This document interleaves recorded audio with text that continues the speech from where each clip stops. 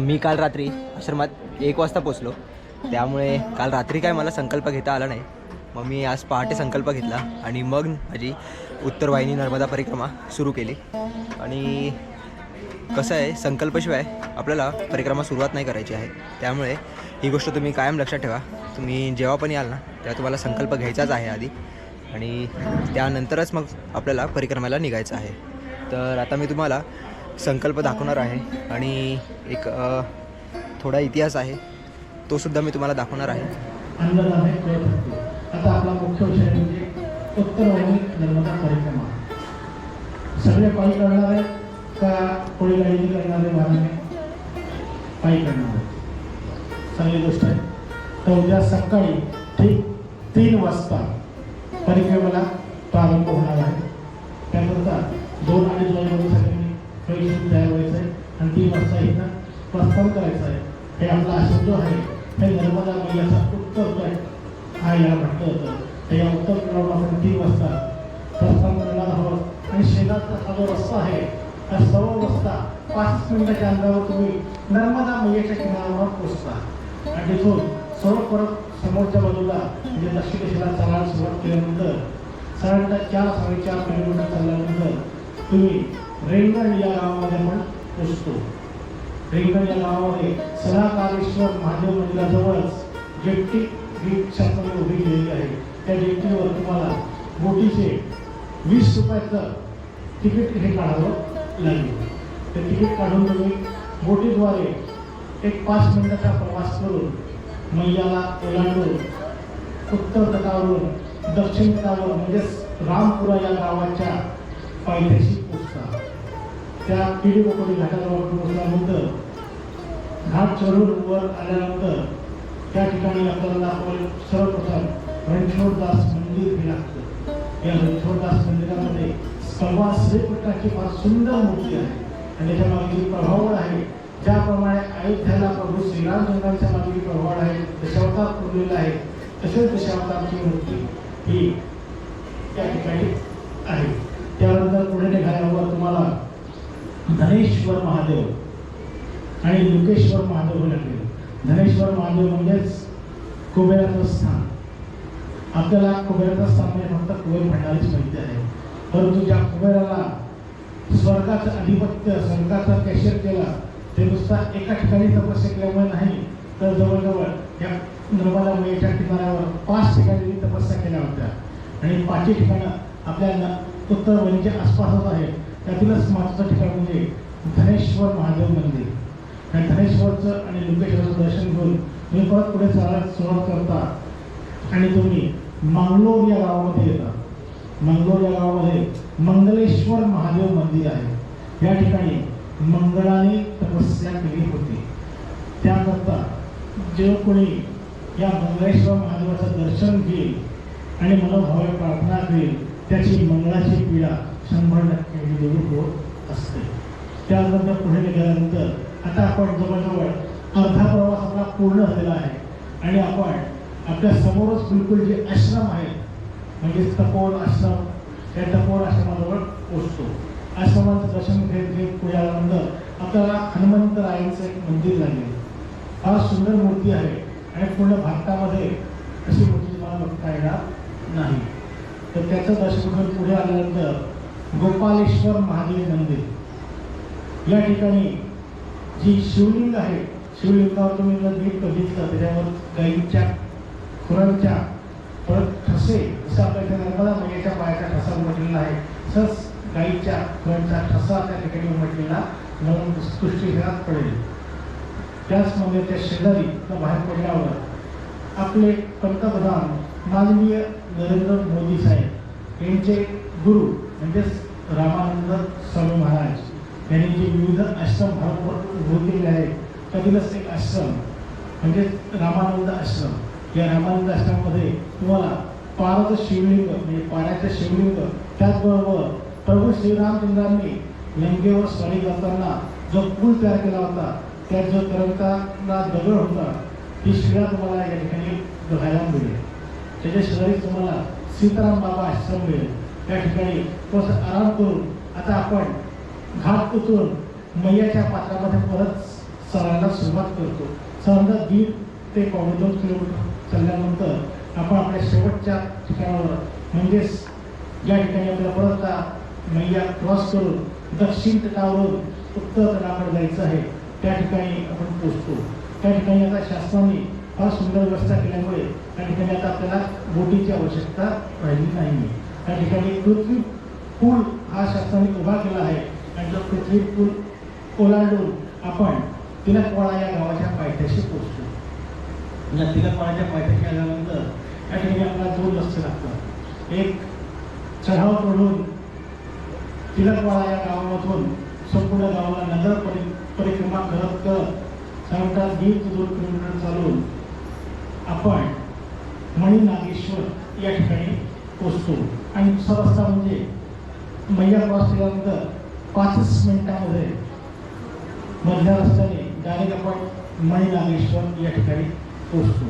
आपल्याला किती वेळ झाला कसं झाला त्या हिशोबाने आपल्याला ठरवायचं, त्या हिशोबाने चालायचं. मणिनागेश्वरला आल्यानंतर त्या ठिकाणी तुम्ही मणिनाग म्हणजेच भगवान शिवशंकराच्या जो नाग आहे त्यांनी जे लिंग स्थापन केलं त्या लिंगाचं दर्शन घेतात. या ठिकाणी दर्शन केले असता जर का कोणाला कालसर्पदोष असेल तर त्या निरसन हे 100% होत असतं.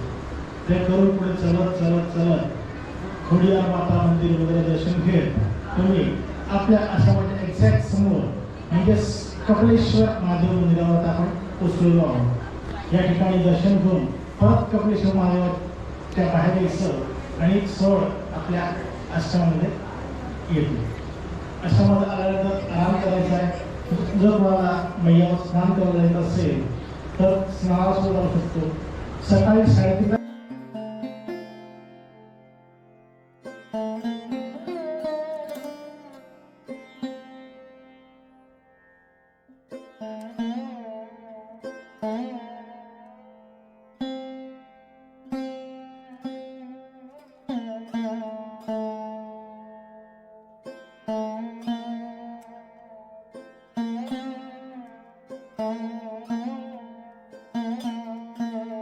Thank you.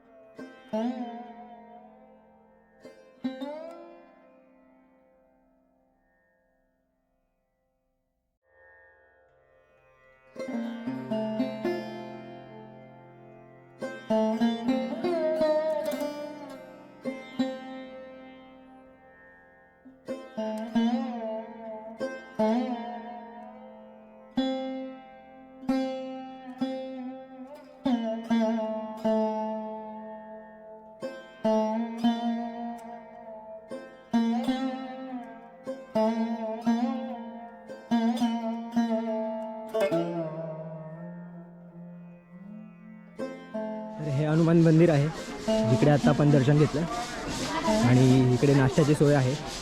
इथे नाश्ता वगैरे करून पुढे सरळ खाली उतरायचं आहे.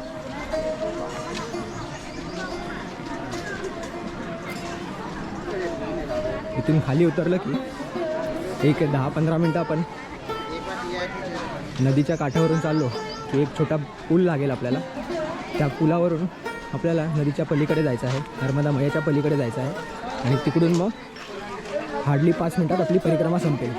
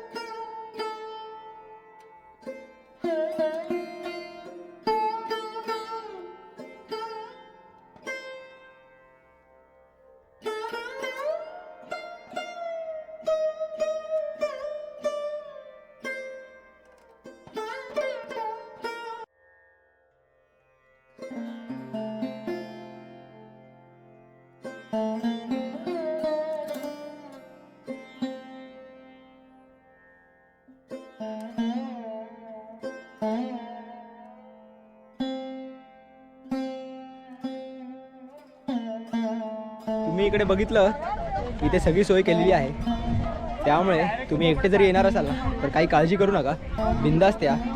इकडे भरपूर भाविक आले आहेत, त्यामुळे तुम्हाला वाटेत कोण ना कोणतरी भेटून जाईल. बाकी कसलीही त्रास नाही, पाणी नाश्ता वगैरे सगळं आहे.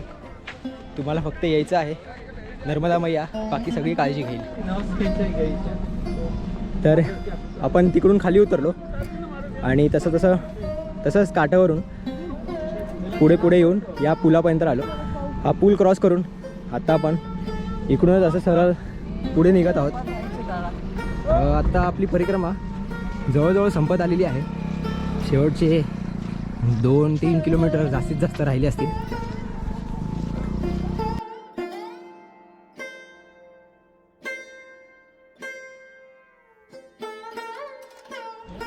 तर मित्रांनो, तुम्ही माझ्या मागे कपिलेश्वर महादेव मंदिर बघताय. सकाळी आम्ही परिक्रमा इथूनच सुरू केली होती आणि आत्ता आम्ही तिकडे पाया भरून ही परिक्रमा संपवत आहोत आणि इकडेच आमचा आश्रम आहे, तिथे आता जात आहोत आणि तिकडे जाऊन आम्ही आमची ही परिक्रमा पूर्ण करणार आहोत. पण आम्ही सकाळी या मंदिरापासून सुरुवात केलेली, त्यामुळे आम्ही इथे परत येऊन दर्शन घेतलं आहे आणि आता आश्रमला जात आहोत आणि आश्रमात जाऊन आमची परिक्रमा पूर्ण होणार आहे. तर साधारण आम्हाला 5 तास लागले. सकाळी 6:15 आम्ही निघालो होतो आणि आत्ता 11 वाजलेत. एक 5 तासात ही परिक्रमा पूर्ण झाली आमची. पण ह्यात अंदाजे हा वेळ अजून कमी करता येऊ शकतो आपल्याला, पण आज रविवार असल्यामुळे आणि रामनवमी असल्यामुळे भरपूर गर्दी आहे. पण तुम्ही जर मधल्या दिवशी आलात ना तर कदाचित गर्दी कमी असेल आणि त्याचा फायदा असा होईल की बोटिंगला गर्दी कमी होईल, प्लस वाटेत पण कमी लोक असतील, मंदिरात पण कमी लोक असणार, त्यामुळे दर्शनाला आणि सगळीकडेच कमी वेळ लागेल आपल्याला. त्यामुळे अजून एक 1-1.25 तास तर नक्कीच वाचू शकतो. तर एक 4 तास पकडून चला या 21 किलोमीटरच्या परिक्रमाला. आम्हाला थोडे 5 तास लागलेत, पण ठीक आहे, थोडं मागे पुढे होत राहतं. हा अनुभव महत्त्वाचा. आपल्याला एका दिवसात ही नर्मदा परिक्रमा करता येते, हे खूप मोठं आपलं भाग्यच म्हटलं पाहिजे.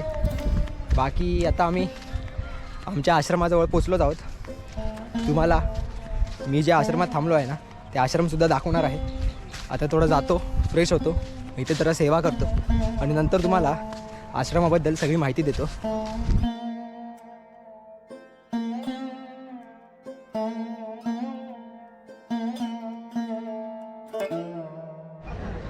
तर मी या आश्रममध्ये थांबलो आहे आणि या आश्रमचं मी तुम्हाला लोकेशन शेअर करेन आणि इथला नंबर देखील मी तुम्हाला शेअर करेन. तर तुम्ही जेव्हा कधी इकडे येणार असाल ना तर तुम्ही इथे संपर्क करू शकता आणि इकडे येऊन राहू शकता आणि तुम्हाला जी काही सेवा द्यायची असेल ती इकडे येऊन तुम्ही सेवाही देऊ शकता. माझी उत्तर वाहिनी नर्मदा परिक्रमा मगाशी पूर्ण झाली आणि इथे महत्त्वाचं म्हणजे आपली ही परिक्रमा पूर्ण झाल्यानंतर आहे ना इकडे माझ्या मागे हा जो हॉल आहे इकडे आपल्याला कन्यापूजन करायचं आहे. इकडे ह्या लहानशा कन्या बसल्या आहेत. त्यांना आपल्याला जे काही आवडेल आपल्या इच्छेनुसार त्यांना काही ना काही द्यायचं आहे. यांची पूजा करायची आहे. यांचा मानपान ह्यांना काही ना काहीतरी द्यायचं आहे. यांची पूजा करायची आहे आणि आम्ही पण आणलं आहे. आम्ही त्यांना देणार आहोत आणि यांची पूजा झाल्यानंतर मग आपला जो संकल्प आहे तो आपण सोडणार आहोत आणि मग आपली नर्मदा परिक्रमा पूर्ण होते.